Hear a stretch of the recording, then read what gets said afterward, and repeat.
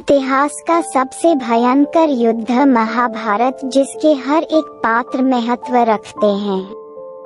ऐसे ही एक पात्र है गुरु द्रोणाचार्य, जिन्हें संसार के श्रेष्ठ धनुर्धर में से एक माना गया है।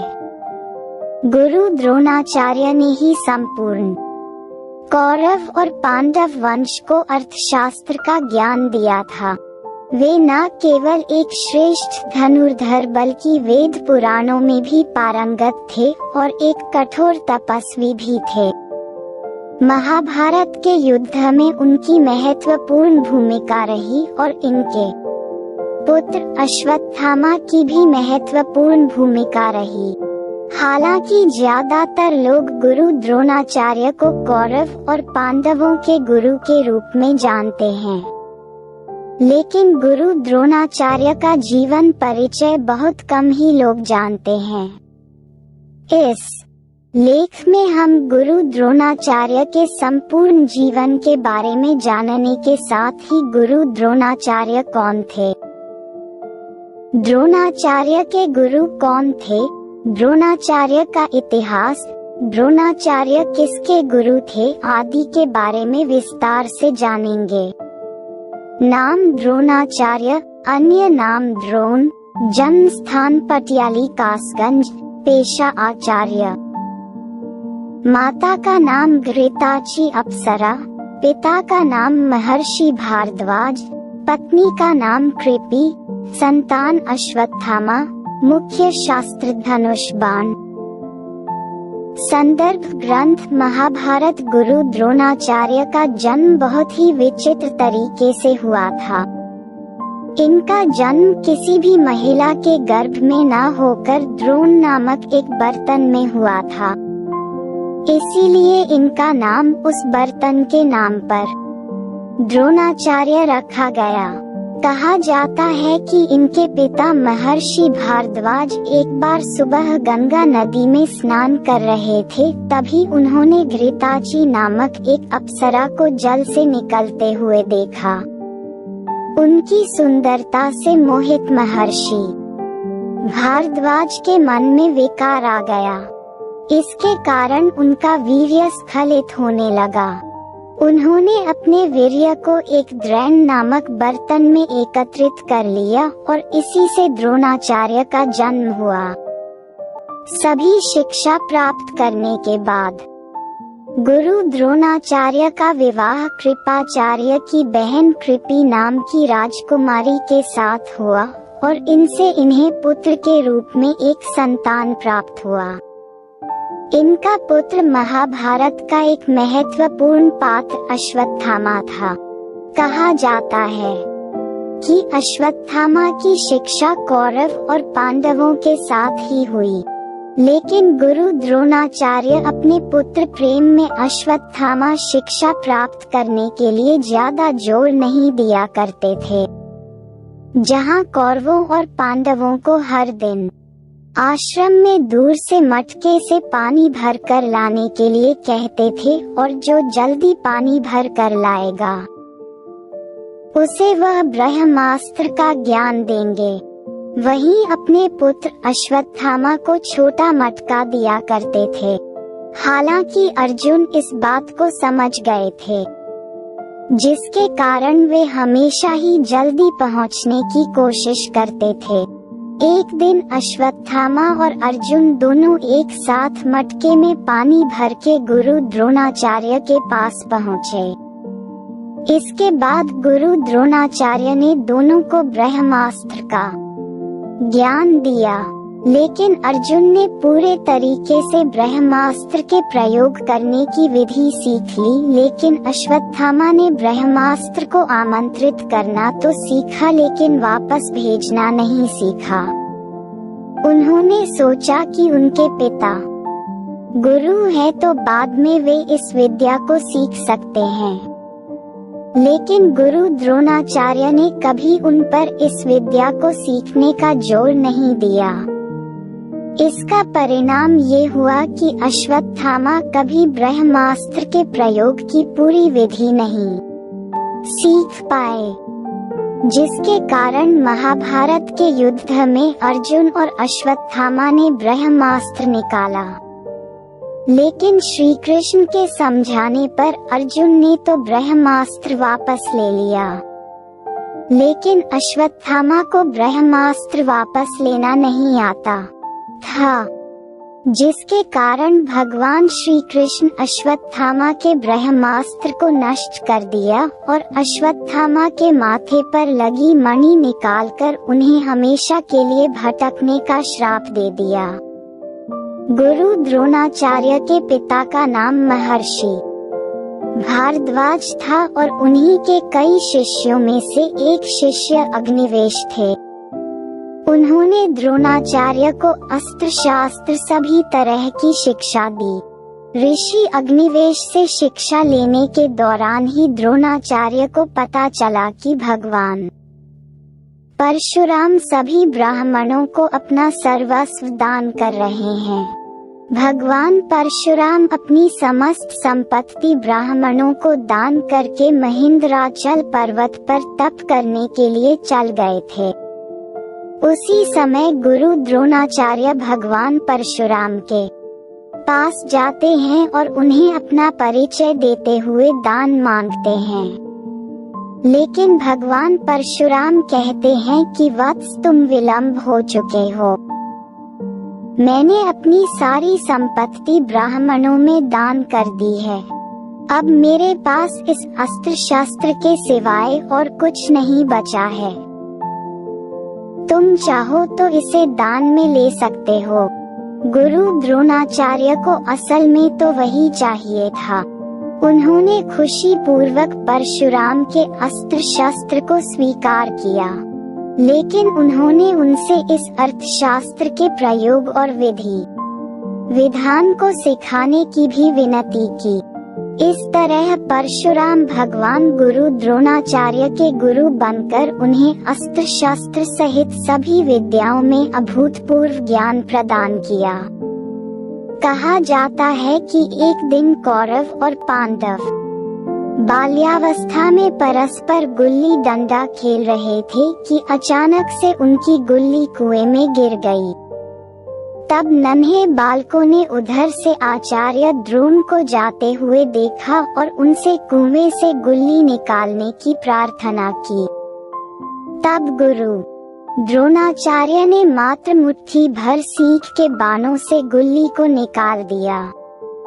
ये देख राजकुमार आश्चर्यचकित हो गए, जिसके बाद एक राजकुमार ने कुएं में अपनी अंगूठी डाल दी और उसे निकालने के लिए कहा। गुरु द्रोणाचार्य ने फिर से उसी विधि से अंगूठी निकाल कर दे दी। सभी बालक आश्चर्यचकित थे, जिसके बाद उन्होंने गुरु द्रोणाचार्य से कहा कि इस तरह का अस्त्र कौशल हमने आज तक आपके अतिरिक्त किसी में नहीं देखा।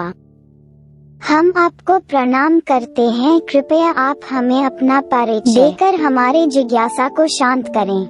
तब गुरु द्रोणाचार्य ने उन बालकों को कहा कि तुम सब मेरे रूप और गुणों की बात अपने भीष्म पितामह से जाकर करो, वे तुम्हें मेरे बारे में अच्छा परिचय देंगे। सभी बालक भीष्म पितामह के पास जाते हैं और उन्हें गुरु द्रोण के रूप, रंग और अस्त्र कौशल के बारे में बताते हैं। ये सुनते ही भीष्म पितामह समझ जाते हैं कि वे कोई और नहीं बल्कि गुरु द्रोणाचार्य ही है।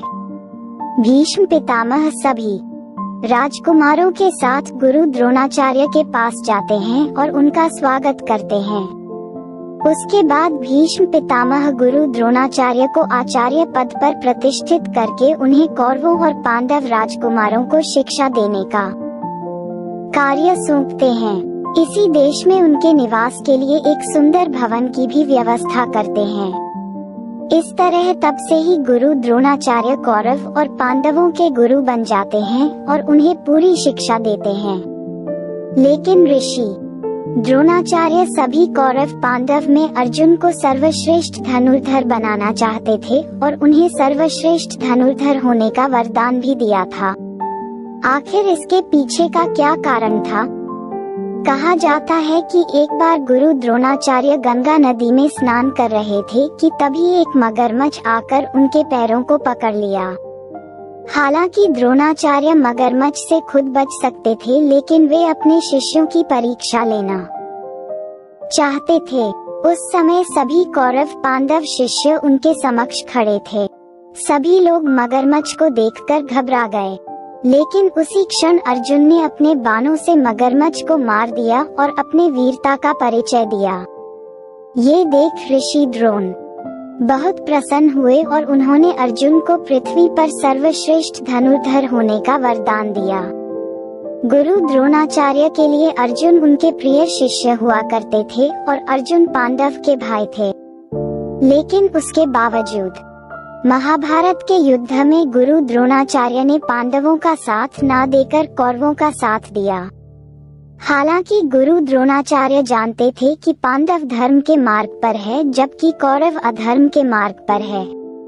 जो फिर आखिर क्यों गुरु द्रोणाचार्य ने पांडवों का साथ ना देकर कौरवों का साथ दिया? दरअसल गुरु द्रोणाचार्य हस्तिनापुर के राजगुरु थे, जिसके कारण वे राजधर्म में बंधे हुए थे और एक राजगुरु का फर्ज होता है कि वे राजा के हर सुख दुख, धर्म और अधर्म पर उनका साथ दें। यही कारण था कि गुरु द्रोणाचार्य चाहते थे कि पांडवों की जीत हो। उसके बावजूद उन्होंने कौरवों का साथ दिया। इस युद्ध में गुरु द्रोणाचार्य ने ईमानदारी पूर्वक साथ निभाया। उन्होंने नए नए व्यू बनाकर पांडवों की सेना का संहार किया। गुरु द्रोणाचार्य की मृत्यु महाभारत युद्ध में द्रुपद के बेटे धृष्टद्युम्न के हाथों हुई थी। कहा जाता है कि गुरु द्रोणाचार्य और द्रुपद बचपन के दोस्त हुआ करते थे और इन्होंने साथ में शिक्षा ग्रहण की थी। आगे चलकर द्रुपद पांचाल राज्य के राजा बन गए। लेकिन गुरु द्रोणाचार्य की आर्थिक स्थिति खराब होने लगी। इनके घर में इस कदर दरिद्रता आ गई कि अपने बच्चे और पत्नी का पालन पोषण करना बहुत मुश्किल हो रहा था। हालांकि गुरु द्रोणाचार्य एक स्वाभिमानी ब्राह्मण थे, जिसके कारण कभी किसी से मदद नहीं मांगी, लेकिन उन्होंने अपने दोस्त द्रुपद से मदद मांगने का निर्णय लिया। अपने दोस्त द्रुपद से मदद लेने के उद्देश्य से वे पांचाल राज्य आए, लेकिन यहाँ पर आते ही राजा द्रुपद उन्हें पहचानने से मना कर दिए। तब द्रोणाचार्य ने अपने बचपन की सारी कहानी उन्हें सुनाई। उसके बावजूद राजा द्रुपद ने कहा कि एक गरीब ब्राह्मण और राजा कभी मित्र नहीं हो सकते हैं। अपमान का ये घूंट चुपचाप पीकर द्रोणाचार्य वहां से लौट आए, लेकिन उनके मन में बदले की भावना ने जन्म ले लिया था, जिसके बाद वे आगे कुरुदेश आ गए और यहाँ पर कौरवों और पांडवों को शिक्षा देने लगे। जब कौरवों और पांडवों की शिक्षा पूरी हो गई तब अर्जुन ने गुरु द्रोणाचार्य से दक्षिणा मांगने को कहा। गुरु द्रोणाचार्य ने दक्षिणा के रूप में द्रुपद को बंदी बनाकर अपने सामने लाने की मांग की। तब अर्जुन के नेतृत्व में कौरव और पांडवों ने द्रुपद को बंदी बनाकर गुरु द्रोणाचार्य के सामने पेश किया। गुरु द्रोणाचार्य ने अपने अपमान का बदला ले लिया, लेकिन उन्होंने कुछ राज्य को अपने कब्जे में करके बाकी राज्य सहित द्रुपद को वापस जाने दिया। लेकिन राजा द्रुपद अपने प्रजा के सामने मुंह दिखाने लायक नहीं रह गए, जिसके बाद उनके मन में भी द्रोणाचार्य से बदला लेने की भावना उत्पन्न हुई। लेकिन गुरु द्रोणाचार्य के साथ कुरु देश के वंशावली का साथ होने के कारण अकेले गुरु द्रोणाचार्य को हराने में द्रुपद सक्षम नहीं थे, जिसके बाद उन्होंने गुरु द्रोणाचार्य का काट ढूंढने के लिए यज्ञ करवाया और इस यज्ञ के अग्नि से ही धृष्टद्युम्न नामक एक बालक का जन्म हुआ। बाद में आगे चलकर महाभारत युद्ध में गुरु द्रोणाचार्य कौरवों की तरफ से लड़ रहे थे और द्रुपद पांडवों की तरफ से लड़ रहे थे।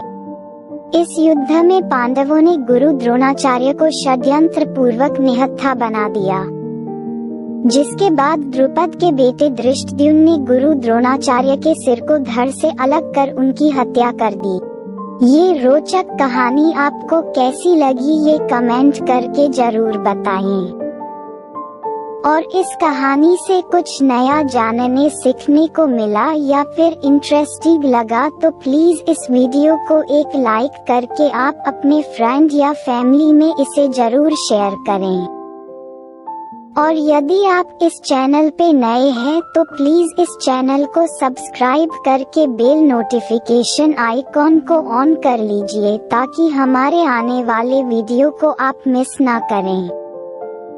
मिलते हैं फिर किसी वीडियो में नए टॉपिक के साथ, तब तक के लिए नमस्कार।